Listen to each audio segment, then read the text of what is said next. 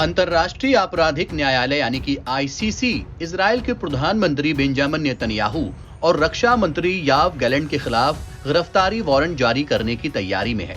ICC के इस संभावित कदम पर अमेरिका ने सवाल उठाया है। आईसीसी के वारंट की लिस्ट में हमास नेता याह्या सिनवार और मोहम्मद दीफ का भी नाम है।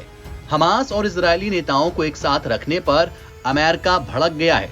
अमेरिकी राष्ट्रपति जो बाइडेन ने नेतन्याहू के खिलाफ गिरफ्तारी वारंट के मामले को अपमानजनक बताया और जोर देकर कहा कि इजरायल और हमास के बीच कोई समानता नहीं है।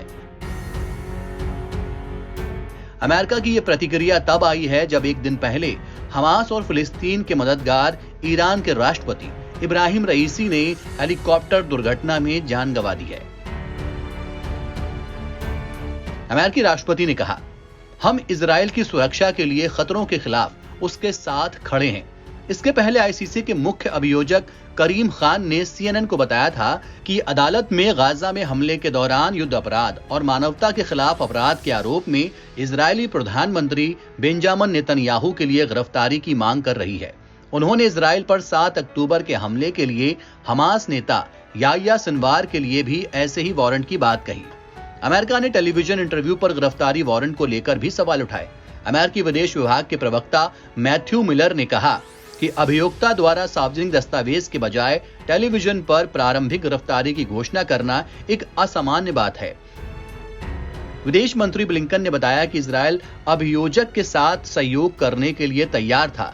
अभियोजक खुद शुरुआत में जांच पर चर्चा के लिए इजरायल का दौरा करने वाला था।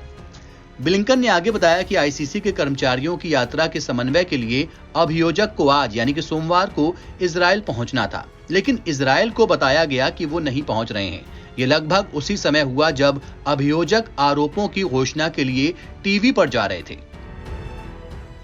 वहीं अमेरिकी राष्ट्रपति जो बाइडेन ने व्हाइट हाउस में यहूदी अमेरिकियों के एक कार्यक्रम में कहा कि गाजा में नरसंहार नहीं हो रहा है। बाइडेन ने कहा, हम सिनवार और हमास के बाकी हत्यारों को खत्म करने के लिए इजरायल के साथ खड़े हैं।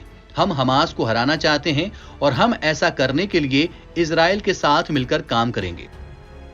इसके साथ ही उन्होंने आईसीसी की गिरफ्तारी वारंट की भी निंदा की और कहा, मैं स्पष्ट कर दूं कि हम गिरफ्तारी वारंट के लिए आईसीसी के आवेदन को अस्वीकार करते हैं।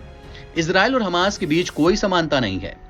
अमेरिकी राष्ट्रपति ने कहा कि गाजा में जो हो रहा है वो नरसंहार नहीं है, हम इसे अस्वीकार करते हैं। एनबीटी ऑनलाइन की रिपोर्ट।